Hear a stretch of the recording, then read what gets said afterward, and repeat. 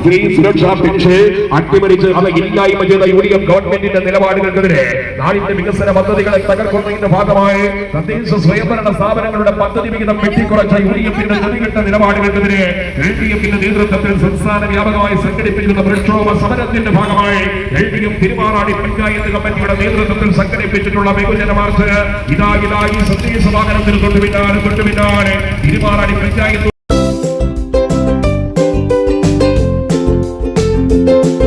കേരള ചരിത്രത്തിൽ അസാധാരണമായി കണ്ട അല്ലെങ്കിൽ ചരിത്രത്തിൽ ഇല്ലാത്ത ധനമന്ത്രി സ്ഥാനവും മുഖ്യമന്ത്രി ഏറ്റെടുത്തിട്ടുണ്ട്.